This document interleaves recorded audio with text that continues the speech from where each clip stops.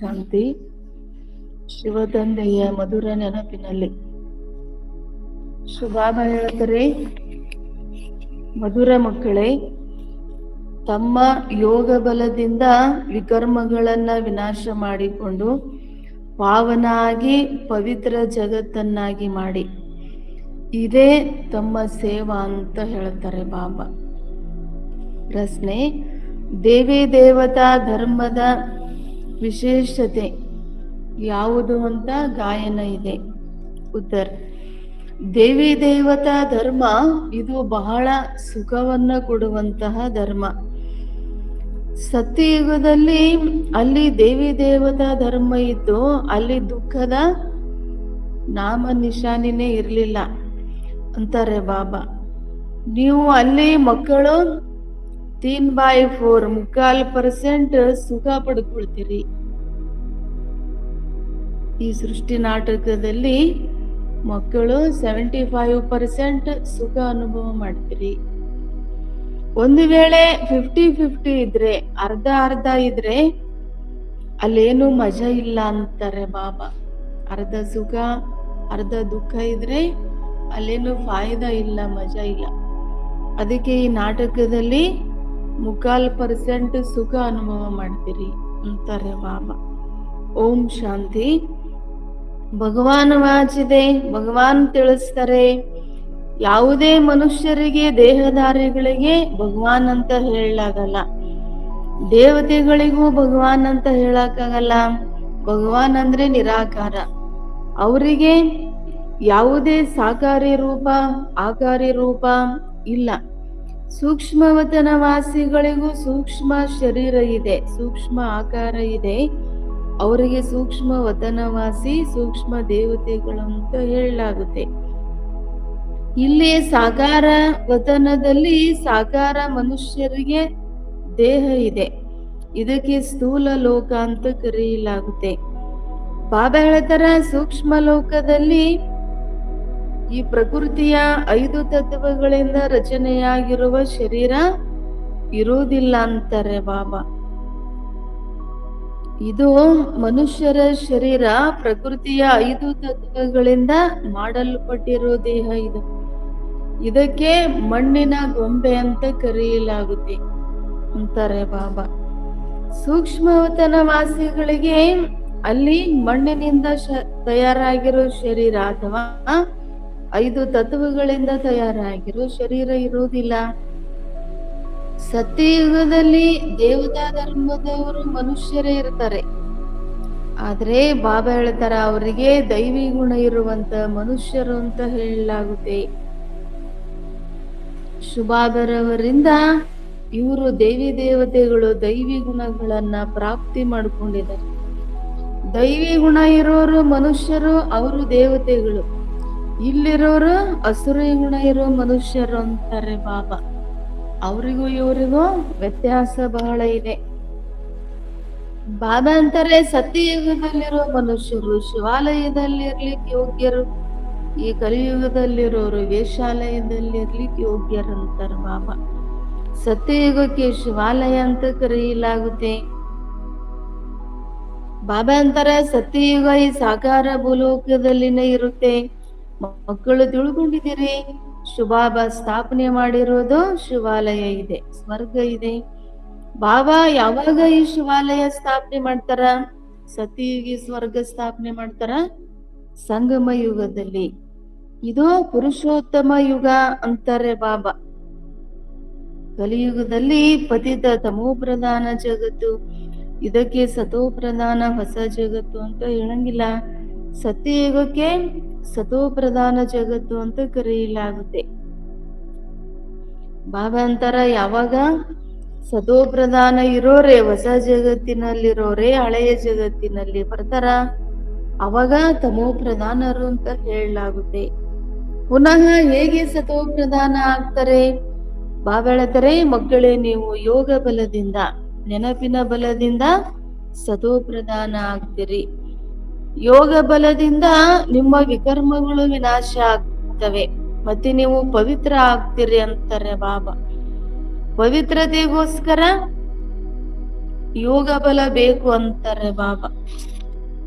ಯಾವಾಗ ಸಂಪೂರ್ಣ ಪವಿತ್ರ ಆತ್ಮರಾಗ್ತೀರಿ ಆಗ ನಿಮಗೋಸ್ಕರ ಪವಿತ್ರ ಜಗತ್ತು ಬೇಕು ಅಂತಾರೆ. ಹೊಸ ಜಗತ್ತಿಗೆ ಪವಿತ್ರ ಜಗತ್ತು, ಹಳೆಯ ಜಗತ್ತಿಗೆ ಅಪವಿತ್ರ ಅಂತ ಹೇಳಲಾಗುತ್ತೆ. ತಂದೆ ಬಂದು ಪವಿತ್ರ ಜಗತ್ತನ್ನ ಸ್ಥಾಪನೆ ಮಾಡ್ತಾರೆ, ರಾವಣ ಪತಿತ ಜಗತ್ತನ್ನ ಸ್ಥಾಪನೆ ಮಾಡ್ತಾರೆ. ಈ ಮಾತುಗಳನ್ನ ಯಾವುದೇ ಮನುಷ್ಯರು ತಿಳ್ಕೊಂಡಿಲ್ಲ ಅಂತಾರೆ ಬಾಬಾ. ಬಾಬಾ ಹೇಳ್ತಾರೆ, ಅಕಸ್ಮಾತ್ ಏನಾದ್ರೂ ಮನುಷ್ಯ ಆತ್ಮರಲ್ಲಿ ವಿಕಾರಗಳು ಇಲ್ಲ ಅಂದ್ರೆ ಇವರು ದುಃಖಿಯಾಗಿ ತಂದೆಯನ್ನ ಯಾಕೆ ನೆನಪು ಮಾಡ್ತಿದ್ರು ಅಂತ ಕೇಳ್ತಾರೆ ಬಾಬಾ. ಇದರ ಅರ್ಥ ಏನು? ವಿಕಾರಿ ಗುಣಗಳು ಇದ್ದಾಗ ಮನುಷ್ಯರು ದುಃಖಿ ಆಗ್ತಾರೆ, ದುಃಖಿ ಆದಾಗ ಭಗವಂತನನ್ನು ನೆನಪು ಮಾಡ್ತಾರೆ, ಕರೀತಾರೆ. ಬಾಬಾ ಅಂತಾರೆ, ಅಕಸ್ಮಾತ್ ವಿಕಾರಿ ಗುಣ ಇಲ್ಲ ಅಂದ್ರೆ ಯಾರು ಶುಭಾಬ ನೆನಪು ಮಾಡುವ ಅವಶ್ಯಕತೆ ಇರ್ಲಿಲ್ಲ ಅಂತಾರೆ. ಬಾಬಾ ಹೇಳ್ತಾರೆ, ನಾನು ದುಃಖ ಹರ್ತಾ ಸುಖ ಕರ್ತಾ ಇದ್ದೀನಿ. ಈ ಪಂಚವಿಕಾರಗಳನ್ನ ರಾವಣ ಪಾಂಚ ವಿಕಾರೋं का पुतला बना दिया है 10 शीशा का. ಬಾಬಾ ಅಂತಾರೆ, ಮನುಷ್ಯರೇನ್ ಮಾಡಿದಾರಂತೆ ಭಕ್ತಿ ಮಾರ್ಗದಲ್ಲಿ ಈ 5 ವಿಕಾರಿ ಗುಣ ಇರೋ ರಾವಣಂದು ಗೊಂಬೆ ಮಾಡಿದ್ದಾರೆ. 10 ತಲೆ ತೋರಿಸ್ಬಿಟ್ಟು ಆ ವಿಕಾರಗಳ ಗೊಂಬೆ ಮಾಡಿದ್ದಾರೆ ಅವರು ಮನುಷ್ಯರು ಭಕ್ತಿ ಮಾರ್ಗದೊಳಗೆ. ಆ ರಾವಣನ ಮೂರ್ತಿ ಮಾಡಿ ಮನುಷ್ಯರು ಶತ್ರು ಅಂತ ತಿಳ್ಕೊಂಡು ಸುಡ್ತಾರಂತೆ. ಬಾಬಾ ಅಂತಾರ, ಎಸೆ ನಹಿ ಕಿ ದ್ವಾಪರ್ ಆದಿ ಸೆ ಜಲಾನ ಶುರು ಕರ್ತೆ ಹೇ. ಬಾಬಾ ಹಿಂಗ್ ಹೇಳಂಗಿಲ್ಲ, ದ್ವಾಪರ ಯುಗದ ಆದಿಯಿಂದಲೇ ರಾವಣನನ್ನ ಸುಡ್ತಾರಂತ ಆತರ ತಿಳ್ಕೊಬೇಡ್ರಿ ಅಂತಾರೆ ಬಾಬಾ. ದ್ವಾಪರ ಯುಗ ಶುರುವಾದ ತಕ್ಷಣ ರಾವಣನ ಸುಡಲ್ಲ ಯಾರು. ಯಾವಾಗ ತಮೋ ಪ್ರಧಾನ ಆಗ್ತಾರ ಮನುಷ್ಯರು, ಅನೇಕ ಮತಾಂತರಗಳು ಬರ್ತವೆ, ಆವಾಗ ಹೊಸ ಹೊಸ ಮಾತುಗಳನ್ನ ಕ್ರಿಯೇಟ್ ಮಾಡ್ತಾರಂತೆ ಜನ. ಅವಾಗ ರಾವಣನ ಮೂರ್ತಿ ಮಾಡಿ ಸುಡಾಕ್ ಶುರು ಮಾಡ್ತಾರಂತೆ ತಮೋ ಪ್ರಧಾನರಾದಾಗ, ಕಲಿಯುಗ ಬಂದಾಗ ಅಂತಾರೆ ಬಾಬಾ. ಯಾವಾಗ ರಾವಣನ ಗುಣಗಳು ಬಹಳ ದುಃಖ ಕೊಡ್ತವೆ ಅವಾಗ ಮನುಷ್ಯರು ರಾವಣನ ಮೂರ್ತಿ ಮಾಡಿ ಸುಡ್ತಾ ಬರ್ತಾರೆ. ಬಾಬಾ ಅಂತಾರೆ, ಇಲ್ಲಿ ಯಾವಾಗ ಮನುಷ್ಯರಿಗೆ ಬಹಳ ದುಃಖ ಸಿಗುತ್ತೆ ಆಗ ಈ ರಾವಣನ ಮೂರ್ತಿ ಮಾಡಿ ಸುಡ್ತಾರೆ ಅಂತಾರೆ ಬಾಬಾ. ತಾವು ಮಕ್ಕಳಿಗೆ ಇಲ್ಲಿ 3.5% ಸುಖ ಇದೆ, 75% ಸುಖ ಇದೆ. ಒಂದು ವೇಳೆ 50-50 ಇದ್ರೆ, ಅರ್ಧ ಸುಖ ಅರ್ಧ ದುಃಖ ಇದ್ರೆ ಈ ನಾಟಕದಲ್ಲಿ ಏನು ಮಜಾ ಇಲ್ಲ ಅಂತಾರೆ ಬಾಬಾ. ಏನು ಫಾಯ್ದಾ ಇಲ್ಲ, ಮಜಾ ಇಲ್ಲ. ಅದಕ್ಕೆ 75% ಸುಖ ಅನುಭವ ಮಾಡ್ತೀರಿ ಈ ನಾಟಕದೊಳಗ ಅಂತಾರೆ ಬಾಬಾ. ಬಾಬಾ ಅಂತಾರೆ, ನಿಮ್ಮದು ಈ ದೇವಿ ದೇವತಾ ಧರ್ಮ ಬಹಳ ಸುಖವನ್ನ ಕೊಡುವಂತ ಧರ್ಮ ಇದೆ. ಈ ಸೃಷ್ಟಿ ಅನಾದಿಯಾಗಿ ಮಾಡಲ್ಪಟ್ಟಿರೋ ನಾಟಕ. ಯಾರು ಈ ಪ್ರಶ್ನೆ ಕೇಳಲೇಬಾರದು, ಈ ಸವಾಲೇ ಬರಬಾರದು. ಈ ಸೃಷ್ಟಿ ಯಾಕೆ ರಚನೆ ಆಯ್ತು, ಭಗವಂತ ಈ ಸೃಷ್ಟಿ ಯಾಕೆ ರಚನೆ ಮಾಡಿದ್ರು, ಇದು ಯಾವಾಗ ಪೂರ್ಣ ಆಗುತ್ತೆ, ಈ ಪ್ರಶ್ನೆನೇ ಇಲ್ಲ, ಈ ಸವಾಲೇ ಬರಬಾರದಂತಾರೆ. ಈ ಚಕ್ರ ಸೃಷ್ಟಿ ನಾಟಕ ಚಕ್ರ ತಿರುಗ್ತಾ ಇರುತ್ತೆ. ಶಾಸ್ತ್ರಗಳಲ್ಲಿ ಕಲ್ಪದ ಆಯುಷ್ಯ ಲಕ್ಷಾಂತರ ವರ್ಷ ಅಂತ ಹೇಳ್ಬಿಡ್ತಾರೆ. ಬಾಬಾ ಸಂಗಮ ಯುಗದಲ್ಲಿ ಬರ್ತಾರೆ, ಯಾವಾಗ ತಂದೆ ಬರ್ತಾರೆ ಆವಾಗ ಈ ಸೃಷ್ಟಿ ಪರಿವರ್ತನೆ ಆಗ್ತದೆ. ಬಾಬಾ ಅಂತಾರ, ಮಕ್ಕಳು ನೀವೀಗ ಅನುಭವ ಮಾಡ್ತೀರಿ, ಅನ್ಯರು ಈ ವಿಚಾರಗಳನ್ನ ತಿಳ್ಕೊಂಡಿಲ್ಲ. ರಾಧಾಕೃಷ್ಣರದೇ ಸ್ವಯಂವರ ಆದ ನಂತರ ಲಕ್ಷ್ಮೀನಾರಾಯಣ ಅಂತ ಹೆಸರು ಚೇಂಜ್ ಆಗುತ್ತೆ ಅಂತಾರೆ ಬಾಬಾ. ರಾಧಾಕೃಷ್ಣರು ಇಬ್ರು ಬೇರೆ ಬೇರೆ ರಾಜಧಾನಿಯ ರಾಜರ ಮಕ್ಕಳಿರ್ತಾರೆ. ಸ್ವಯಂವರ ಆದ್ಮೇಲೆ ಲಕ್ಷ್ಮೀ ನಾರಾಯಣ ಆಗ್ತಾರೆ. ಇವೆಲ್ಲ ಮಾತುಗಳನ್ನ ತಂದೆ ಮಕ್ಕಳಿಗೆ ತಿಳಿಸ್ತಾರೆ. ಬಾಬಾ ನಾಲೆಜ್ ಫುಲ್ ಇದ್ದಾರೆ, ಜ್ಞಾನ ಸಾಗರ ತಂದೆ ಇರೋದು. ಅವರು ಜ್ಞಾನ ಸಾಗರ ಅಂದ ತಕ್ಷಣ ಈ ರೀತಿ ತಿಳ್ಕೊಳ್ಬೇಡಿ, ಎಲ್ಲರ ಮನಸ್ಸನ್ನ ತಿಳ್ಕೊಂಡಿರೋರು, ಜಾನಿ ಜಾನನ್ ಹಾರ್ ಅಂತ ಆತರ ಅರ್ಥ ಅಲ್ಲ. ತಂದೆ ಬಂದು ಮಕ್ಕಳಿಗೆ ಸೃಷ್ಟಿಯ ಆದಿ ಮಧ್ಯ ಅಂತ್ಯದ ನಾಲೆಜ್ ಕೊಡ್ತಾರೆ. ಸ್ಕೂಲಲ್ಲಿ ನಾಲೆಜ್ ಸಿಗುತ್ತಲ್ಲ ಅಂತ ಕೇಳ್ತಾರೆ ಬಾಬಾ. ಪಾಠಶಾಲೆಯಲ್ಲಿ ಅಥವಾ ಸ್ಕೂಲಲ್ಲಿ ಅವಶ್ಯವಾಗಿ ಗುರಿ ಉದ್ದೇಶ ಇರುತ್ತೆ. ನೀವು ಮಕ್ಕಳಿಲ್ಲಿ ಓದ್ತಾ ಇದ್ದೀರಿ, ಮಕ್ಕಳಿಗೆ ಗುರಿ ಉದ್ದೇಶ ಇದೆ, ಲಕ್ಷ್ಮೀನಾರಾಯಣರಾಗೋದು. ನೀವು ಈ ಚೀಚಿ ಜಗತ್ತಿನಲ್ಲಿ ರಾಜ್ಯಭಾರ ಮಾಡುವುದಿಲ್ಲ. ಬಹಳ ಸುಂದರವಾದ ಜಗತ್ತು, ಅಲ್ಲಿ ಸತ್ಯಯುಗದಲ್ಲಿ ಬಂದು ನೀವು ರಾಜ್ಯಭಾರ ಮಾಡ್ತೀರಿ ಅಂತಾರೆ ಬಾಬಾ. ರಾಜಯೋಗವನ್ನ ತಂದೆ ಸತ್ಯಯುಗದಲ್ಲಿ ಕಲಿಸುವುದಿಲ್ಲ. ಸಂಗಮ ಯುಗದಲ್ಲಿ ಬಾಬಾ ಮಕ್ಕಳಿಗೆ ರಾಜಯೋಗ ಕಲಿಸ್ತಾರೆ. ಇದು ಬೇಹದ್ದಿನ ವಿಚಾರ ಅಂತಾರೆ ಬಾಬಾ. ಯಾವಾಗ ತಂದೆ ಬರ್ತಾರೆ ಯಾರಿಗೂ ಗೊತ್ತೇ ಆಗಲ್ಲ ಅಂತಾರೆ ಬಾಬಾ. ಬಾಬಾ ಗುಪ್ತ ರೂಪದಲ್ಲಿ ಪರಂಧಾಮದಿಂದ ಕೆಳಗೆ ಬರ್ತಾರೆ.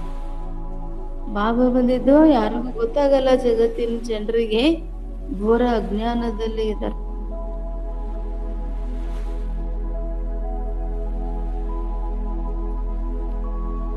ಬಾಬಾ ಅಂತಾರ, ಜ್ಞಾನ ಸೂರ್ಯ ಈ ಹೆಸರಿನಿಂದ ಜಪಾನ್ ಮೇ ವೋ ಲೋಗ್ ಅಪ್ನೆ ಕೋ ಸೂರ್ಯವಂಶಿ ಕಹಲಾತಿ. ಈ ಜಪಾನ್ ನಲ್ಲಿರೋರು ತಮಗೆ ಸೂರ್ಯವಂಶೀಯರು ಅಂತ ಹೇಳ್ಕೊಳ್ತಾರಂತೆ. ಆದ್ರೆ ವಾಸ್ತವದಲ್ಲಿ ಸೂರ್ಯವಂಶೀಯರು ಅಂದ್ರೆ ಸತ್ಯಯುಗದಲ್ಲಿರೋ ದೇವತೆಗಳಂತಾರೆ ಬಾಬಾ. ಸತ್ಯಯುಗದಲ್ಲಿ ಸೂರ್ಯವಂಶೀಯರ ರಾಜ್ಯ ಇತ್ತು. ಈ ಗಾಯನ ಇದೆ, ಯಾವಾಗ ಜ್ಞಾನ ಸೂರ್ಯ ಉದಯಿಸ್ತಾರೆ ಆಗ ಅಜ್ಞಾನ ಅಂಧಕಾರ ವಿನಾಶ ಆಗುತ್ತೆ ಅಂತ. ಬಾಬಾ ಅಂತಾರೆ, ಹೊಸ ಜಗತ್ತೇ ಹಳೆಯದಾಗ್ತದೆ. ಈ ತಂದೆ ಬಂದಿದ್ದಾರೆ ಅಂದ್ರೆ ಹಳೆಯ ಜಗತ್ತು ಪುನಃ ಹೊಸದಾಗ್ತದೆ. ಇದು ಬೇಹದ್ದಿನ ಬಹಳ ದೊಡ್ಡ ಮನೆ ಅಂತ ಹೇಳ್ತಾರೆ ಬಾಬಾ. ಇಡೀ ಜಗತ್ತು ಕಿತನಾ ಬಡ ಮಾಂಡವ ಹೈ, ಇಷ್ಟೊಂದು ದೊಡ್ಡ ಸ್ಟೇಜ್ ಇದು ಅಂತ ಹೇಳ್ತಾರೆ ಬಾಬಾ. ಈ ಸಾಕಾರ ಲೋಕ, ಭೂಲೋಕ, ಇಲ್ಲಿ ಸೂರ್ಯ ಚಂದ್ರ ನಕ್ಷತ್ರಗಳು ಎಷ್ಟೊಂದು ಕೆಲಸ ಕೊಡ್ತವೆ. ಮನುಷ್ಯಾತ್ಮರಿಗೆ ರಾತ್ರಿಗೂ ಬಹುತ ಕಾಮ್ ಚಲ್ತಾ ಹೈ. ರಾತ್ರಿ ಟೈಮ್ ನಲ್ಲಿನೂ ಬಹಳ ಕೆಲಸ ನಡೀತದಂತೆ. ಅಲ್ಲಿ ಚಂದ್ರನ ಬೆಳಕಿರುತ್ತೆ ರಾತ್ರಿ ಟೈಮ್ ನಲ್ಲಿ. कोई ऐसे भी कई राजा लोग हैं जो दिन को सो जाते, रात को अपनी सभा आदि लगाते हैं. ಕೆಲವರು ಮೊದಲೆಲ್ಲ ರಾಜರಿದ್ರಲ್ಲ, ಇಂಥ ರಾಜರಿದ್ರಂತೆ ಹಗಲೆಲ್ಲ ಮಲ್ಕೊಂಡು ರಾತ್ರಿ ಸಭೆ ನಡೆಸ್ಕೊಳ್ತಿದ್ರಂತೆ ಕೆಲವರೆಲ್ಲ ರಾಜರಂತಾರೆ ಬಾಬಾ. ಮತ್ತೆ ಅವಾಗ ಅವ್ರದ್ದು ವ್ಯಾಪಾರ, ಅವ್ರದ್ದು ಖರೀದಿ ಅವಾಗ ಮಾಡ್ತಿದ್ರಂತೆ. ಯಹ ಅಭಿ ತಕ್ ಭಿ ಕಹಾ ಕಹಾ ಚಲ್ತಾ ಹೈ. ಈಗ್ಲೂ ಕಲಿಯುಗದೊಳಗನು ಕೆಲವರು ರಾತ್ರಿ ಟೈಮ್ ನಲ್ಲಿ ಅವ್ರದ್ದು ಬಿಸ್ನೆಸ್, ಅವ್ರದ್ದು ಏನೋ ಕಾರ್ಯ ವ್ಯವಹಾರ ನಡೀತಾವಂತೆ ಈಗ್ಲೂ. ಕೆಲವೊಂದು ಮಿಲ್ಸ್ ಗಳಿರ್ತಾವಲ್ಲ, ಅವೆಲ್ಲ ರಾತ್ರಿ ಟೈಮೇ ನಡೀತಾವ ಅಂತಾರೆ ಬಾಬಾ. ಇದು 24 ಗಂಟೆಗಳ ದಿನ, ಹಗಲು ರಾತ್ರಿ ಶುಭಾಬ ಬೇಹದ್ದಿನ ಮಾತಾಡ್ತಾರೆ. ನಿಮ್ಮ ಹೊರತು ಈ ವಿಚಾರಗಳು ಯಾರ ಬುದ್ಧಿಯಲ್ಲಿನೂ ಬರಲ್ಲ. ಈ ಬೇಹದ್ದಿನ ಹಗಲು ರಾತ್ರಿ ಬಗ್ಗೆ, ಶಿವ ತಂದೆಯ ಬಗ್ಗೆ ಯಾರಿಗೂ ಗೊತ್ತಿಲ್ಲ. ಬಾಬಾ ಪ್ರತಿಯೊಂದು ಮಾತನ್ನ ಮಕ್ಕಳಿಗೆ ತಿಳಿಸ್ತಾರೆ. ಯಾವಾಗ ತಂದೆ ಈ ಸೃಷ್ಟಿಯನ್ನ ರಚನೆ ಮಾಡ್ತಾರೆ ಆವಾಗ ನಾನು ಅವಶ್ಯವಾಗಿ ಇವರಲ್ಲಿ ಪ್ರವೇಶ ಮಾಡ್ತೀನಿ. ಪ್ರಜಾಪಿತ ಬ್ರಹ್ಮ ತಂದೆ ಅವರಲ್ಲಿ ಪ್ರವೇಶ ಮಾಡ್ತೀನಿ ಅಂತಾರೆ ಶಿವಬಾಬಾ. ಸತ್ಯಯುಗದಲ್ಲಿ ಪಾವನ ಮನುಷ್ಯರಿರ್ತಾರ, ಕಲಿಯುಗದಲ್ಲಿ ಎಲ್ಲರೂ ಸಹ ವಿಕಾರಿ ಗುಣಗಳಿಂದ ಹುಟ್ಟುತ್ತಾರೆ ಅಂತಾರೆ ಬಾಬಾ. ಅದಕ್ಕೆ ಪತಿತ್ರ ಅಂತ ಕರೆಯಲಾಗುತ್ತೆ.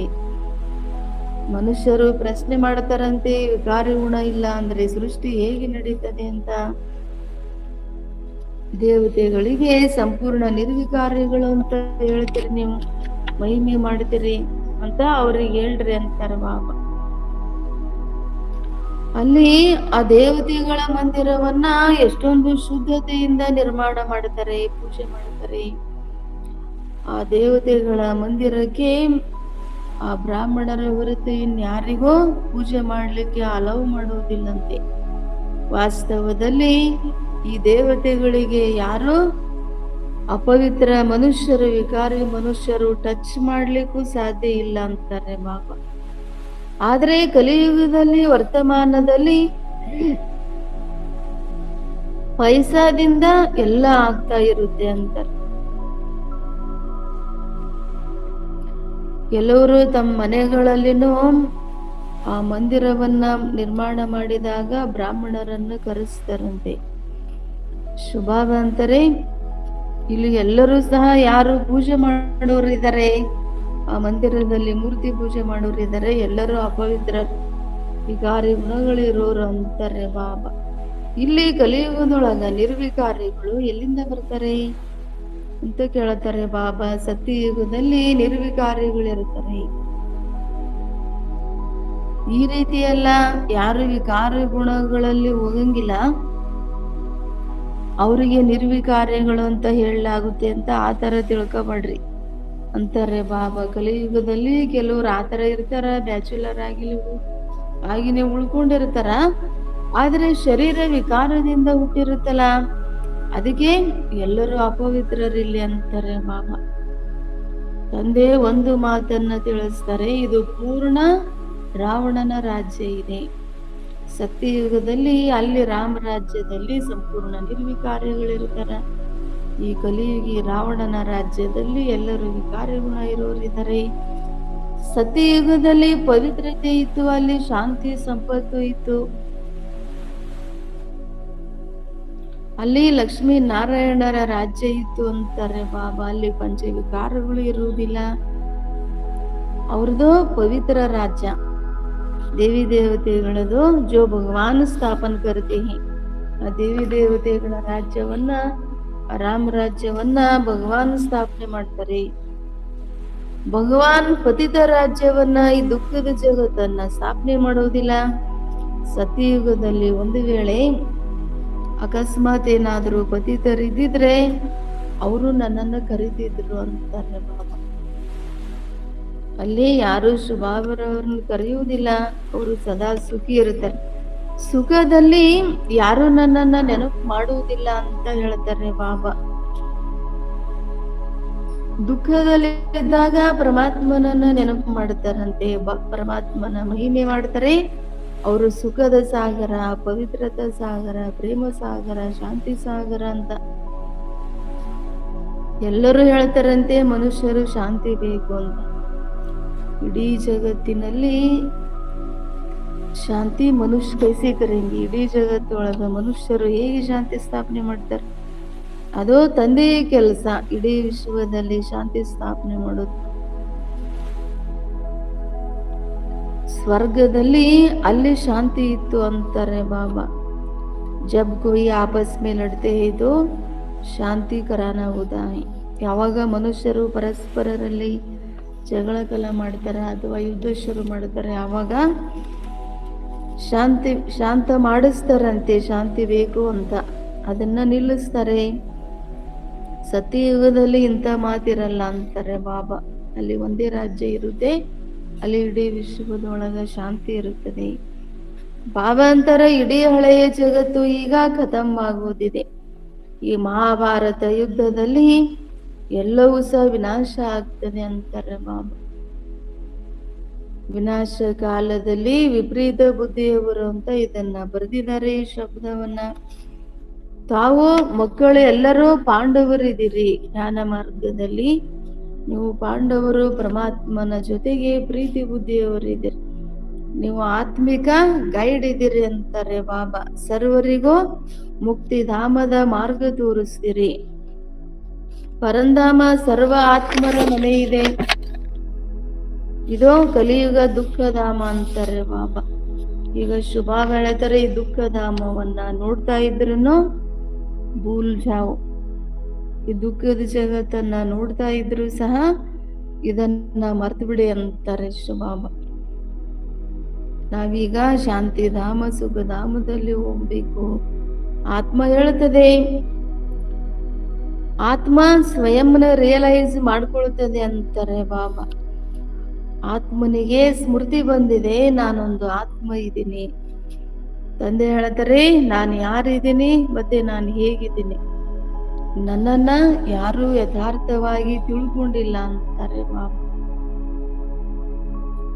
ಈ ಭಕ್ತಿ ಮಾರ್ಗದಲ್ಲಿ ಎಷ್ಟೊಂದು ನೆನಪು ಮಾಡ್ತಾರಲ್ಲ, ಪರಮಾತ್ಮ ನನ್ನ ಪೂಜೆ ಮಾಡ್ತಾರೆ, ನೆನಪು ಮಾಡ್ತಾರೆ. ಆದ್ರೆ ನಾನು ಯಾರಿದ್ದೀನಿ ಮತ್ತೆ ನಾನು ಹೇಗಿದ್ದೀನಿ ಅಂತ ನನ್ನನ್ನು ಯಾರು ತಿಳ್ಕೊಂಡಿಲ್ಲ ಅಂತಾರೆ.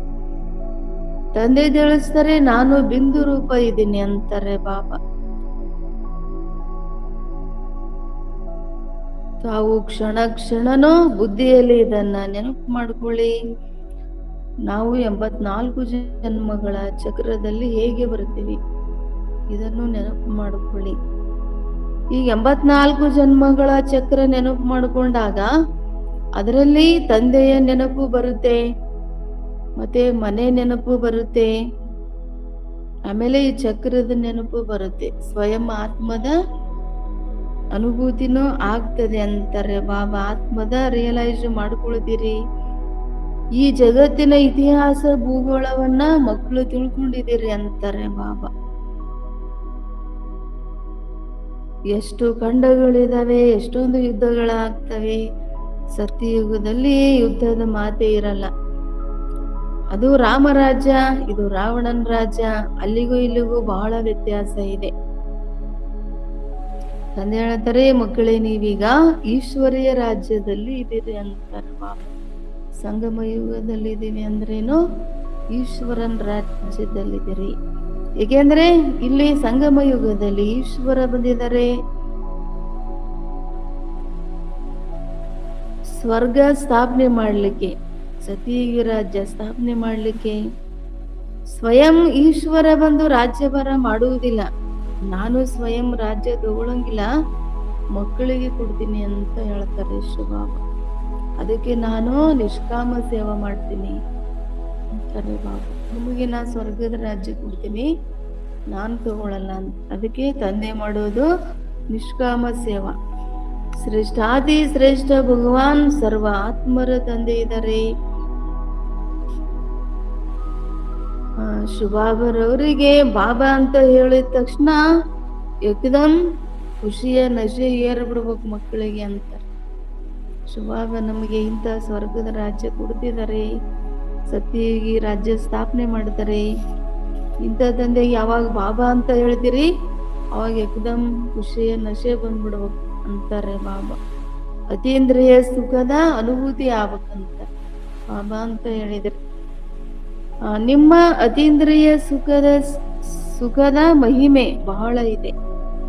ಯಾವಾಗ ಪರೀಕ್ಷೆಯ ದಿನಗಳು ಸಮೀಪ ಬರ್ತವೆ ಆ ಸಮಯದಲ್ಲಿ ಎಲ್ಲ ಸಾಕ್ಷಾತ್ಕಾರ ಆಗ್ತದೆ. ಅತೀಂದ್ರಿಯ ಸುಖ ತಾವು ಮಕ್ಕಳು ಮಾಡ್ತೀರಿ, ನಂಬರ್ ವಾರ್ ಆಗಿ ಮಾಡ್ಕೊಳ್ತೀರಿ ಅಂತಾರೆ. ಕೆಲವರು ತಂದೆಯ ನೆನಪಿನಲ್ಲಿ ಬಹಳ ಖುಷಿಯಲ್ಲಿ ಇರ್ತಾರೆ. ತಾವು ಮಕ್ಕಳಿಗೆ ಇಡೀ ದಿನ ಈ ಅನುಭೂತಿ ಆಗ್ಬೇಕಂತಾರೆ ಬಾಬಾ. ಓಹೋ ತಂದೆ, ನೀವು ನಮ್ಮನ್ನ ಎಂತವರಿಂದ ಎಂತವರನ್ನಾಗಿ ಮಾಡಿಬಿಟ್ಟಿದ್ದೀರಿ. ನಿಮ್ಮಿಂದ ನಮಗೆ ಎಷ್ಟೊಂದು ಸುಖ ಸಿಗುತ್ತೆ. ಶುಭಾಬ ನೀವು ಸುಖದ ಸಾಗರ ಇದ್ದೀರಿ ಅಂತ ತಂದೆಯ ನೆನಪಿನಲ್ಲಿ ಸುಖದ ಅನುಭೂತಿ ಮಾಡ್ತಾ, ತಂದೆಯನ್ನ ನೆನಪು ಮಾಡ್ತಾ ಪ್ರೇಮಕ್ಕೆ ಆಸು ಆಜಾತೆ, ಪ್ರೇಮದ ಕಣ್ಣೀರುಗಳು ಬರ್ಬೇಕಂತಾರೆ ಬಾಬಾ. ಆ ಅನುಭೂತಿ ಮಾಡ್ಬೇಕು ಮಕ್ಕಳು ಶುಭಾಬನ ನೆನಪಿನಲ್ಲಿ. ಬಾಬಾ ನಿಮ್ದು ಬಹಳ ಕಮಾಲಿದೆ, ನೀವು ಬಂದು ನಮ್ಮನ್ನ ದುಃಖದಿಂದ ಬಿಡುಗಡೆ ಮಾಡ್ತೀರಿ, ವಿಷಯ ಸಾಗರದಿಂದ ಬಿಡುಗಡೆ ಮಾಡಿ ನಮ್ಮನ್ನ ಕ್ಷೀರ ಸಾಗರದಲ್ಲಿ ಕರ್ಕೊಂಡು ಹೋಗ್ತೀರಿ ಅಂತ ಇಡೀ ದಿನ ಮಕ್ಕಳಿಗೆ ಈ ಫೀಲಿಂಗ್ ಇರ್ಬೇಕಂತಾರೆ ಬಾಬಾ. ಈ ಅನುಭೂತಿ ಆಗ್ಬೇಕು, ಈ ಫೀಲಿಂಗ್ ಇರ್ಬೇಕು. ಕೆಲಸ ಮಾಡ್ತಾ ನಿಮ್ ಡ್ಯೂಟಿ ಕೆಲಸ ಮಾಡ್ಕೊಳ್ತಾನೋ ಈ ಫೀಲಿಂಗ್ ಇರ್ಬೇಕು, ಜ್ಞಾನ ಚಿಂತನ ನಡೀತಾ ಇರ್ಬೇಕಂತಾರೆ ಬಾಬಾ.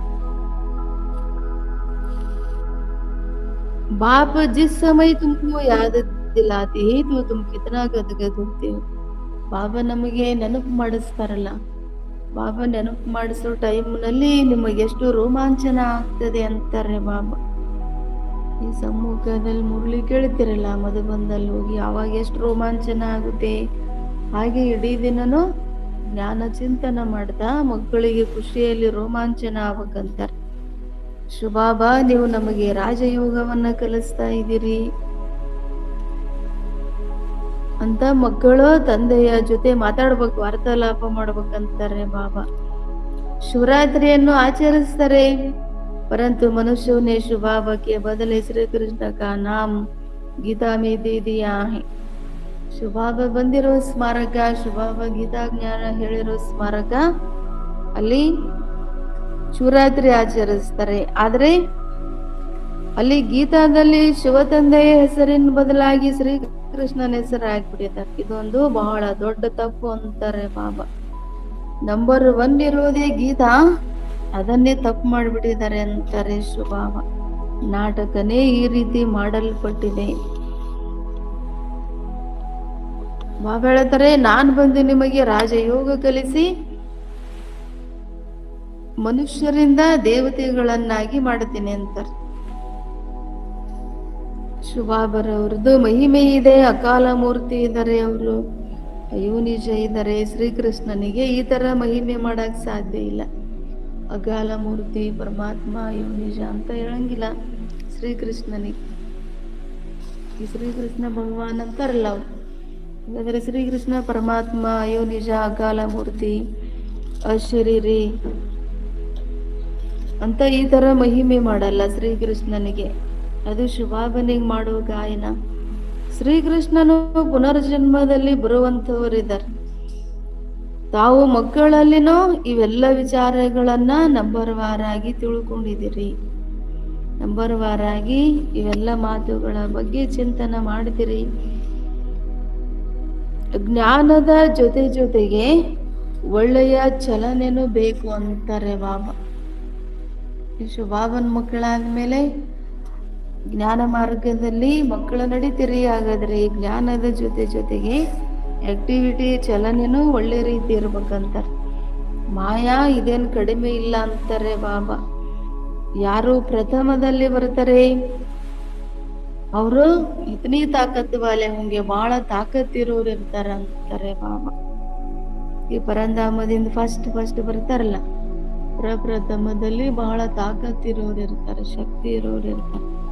ಭಿನ್ನ ಪಾತ್ರಧಾರಿಗಳು ಇದ್ದಾರೆ ನಾಟಕದಲ್ಲಿ. ಬಾಬಾ ಅಂತಾರೆ, ಭಾರತವಾಸಿಗಳಿಗೆ ಹೀರೋ ಹೀರೋಯಿನ್ ಪಾರ್ಟ್ ಸಿಕ್ಕಿದೆ ಅಂತಾರೆ. ಭಾರತವಾಸಿಗಳು ಅಂದ್ರೆ ಸನಾತನ ದೇವಿ ದೇವತಾ ಧರ್ಮದವರು.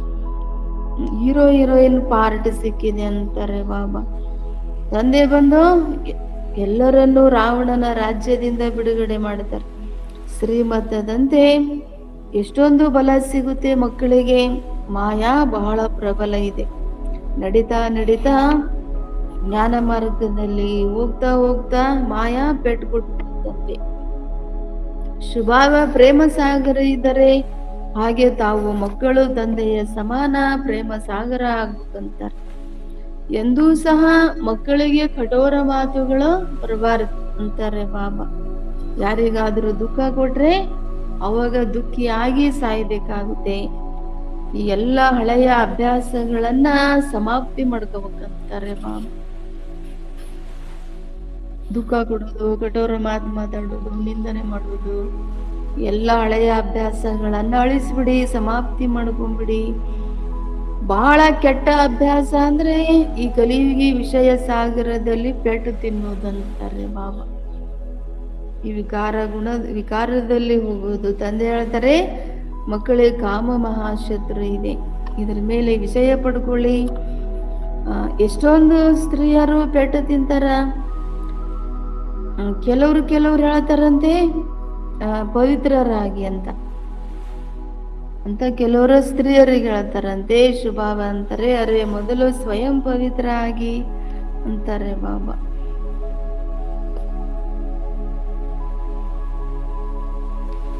ಕೆಲವರಿಗೆ ಮೋಹ ಬಹಳ ಇರುತ್ತೆ ಅಂತಾರೆ ಬಾಬಾ. ಒಬ್ರ ಬಿಳಿನಿ ಬರ್ತಾ ಇದ್ದಂತೆ ಶುಭಾವನ್ ಹತ್ರ. ಬಿಳಿ ಅಂದ್ರೆ ಬಹಳ ಬಡತನದಲ್ಲಿರೋ ಮಹಿಳೆ ಅಂತ. ಅವರು ಶುಭಾವನ್ ಹತ್ರ ಬಂದಿದ್ರು. ಅವರಿಗೆ ಜ್ಞಾನ, ಉನ್ಕೋ ಜ್ಞಾನ ಮ್ಯಾನೆ ನಹಿ ದಿಯಾ. ಅವ್ರನ್ನ ಜ್ಞಾನದಲ್ಲಿ ಬರ್ಲಿಕ್ಕೆ ಅವ್ರ ಮನೆಯವರು ಬಿಡ್ಲಿಲ್ಲಂತೆ.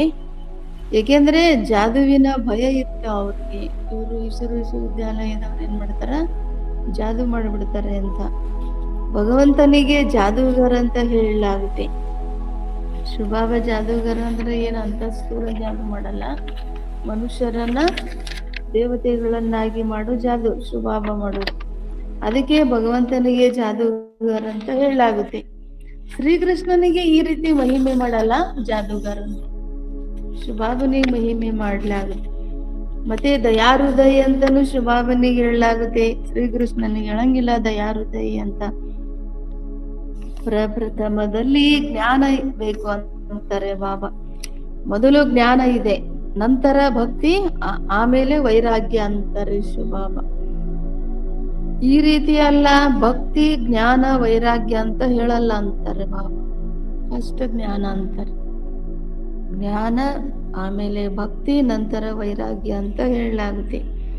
ಜ್ಞಾನಕ ವೈರಾಗ್ಯದೊಡೀಗ ಆಸಕ್ತಿ. ಬಾಬಾ ಅಂತಾರ, ಈ ಭಕ್ತಿ ಜ್ಞಾನ ನಂತರ ವೈರಾಗ್ಯ ಅಂದ್ರೆ ಈ ಜ್ಞಾನಕ್ಕೆ ವೈರಾಗ್ಯ ಅಂತ ಹೇಳಲಾಗುತ್ತೆ ಅಂತ ಕೇಳ್ತಾರೆ ಬಾಬಾ. ಜ್ಞಾನದ ಬಗ್ಗೆ ಯಾರಿಗೆ ವೈರಾಗ್ಯ ಇರುತ್ತೆ?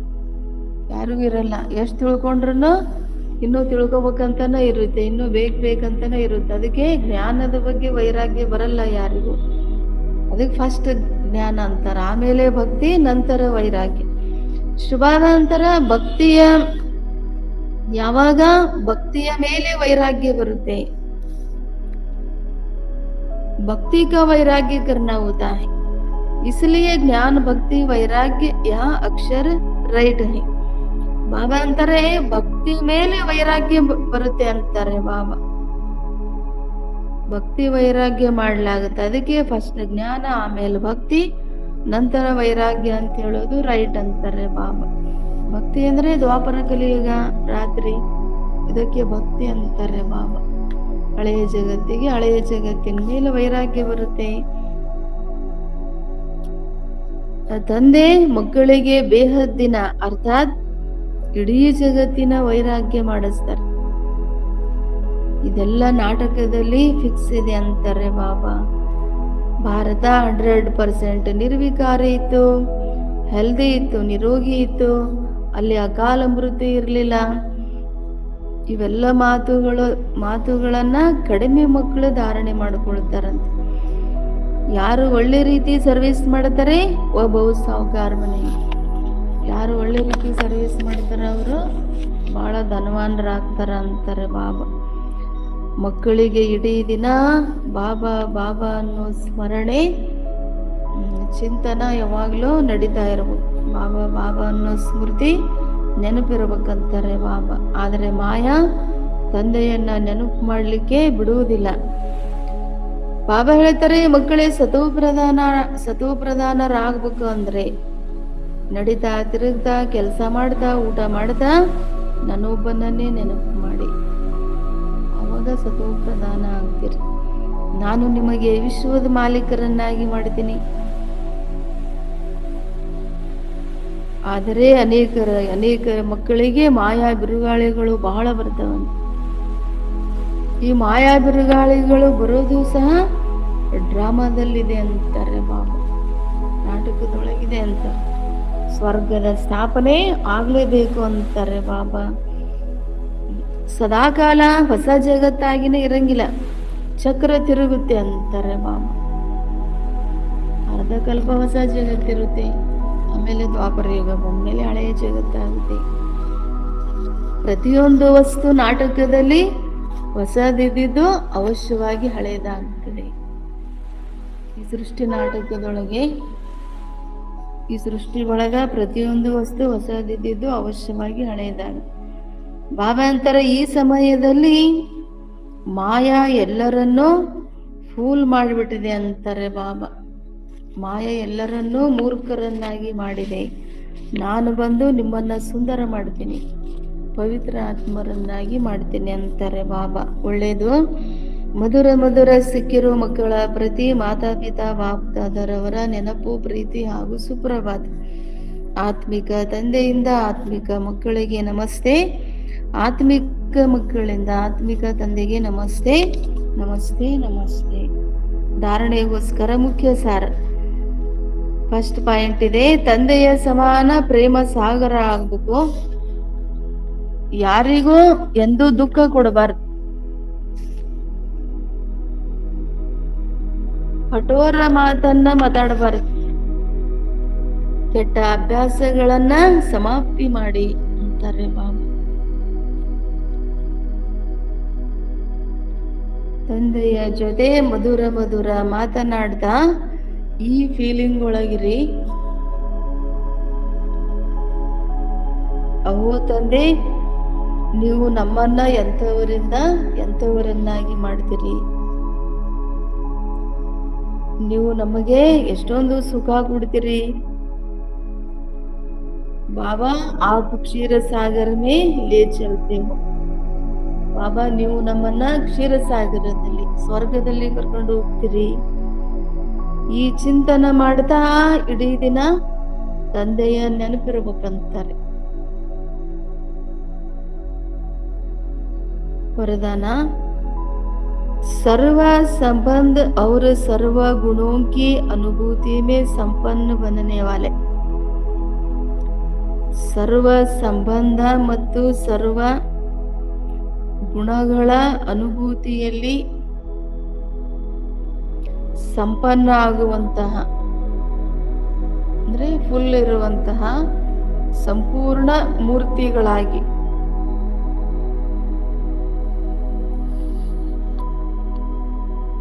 ಸರ್ವ ಸಂಬಂಧ ಮತ್ತು ಸರ್ವ ಗುಣಗಳ ಅನುಭೂತಿಯಲ್ಲಿ ಸಂಪನ್ನ ಆಗುವಂತಹ ಸಂಪೂರ್ಣ ಮೂರ್ತಿಗಳಾಗಿ.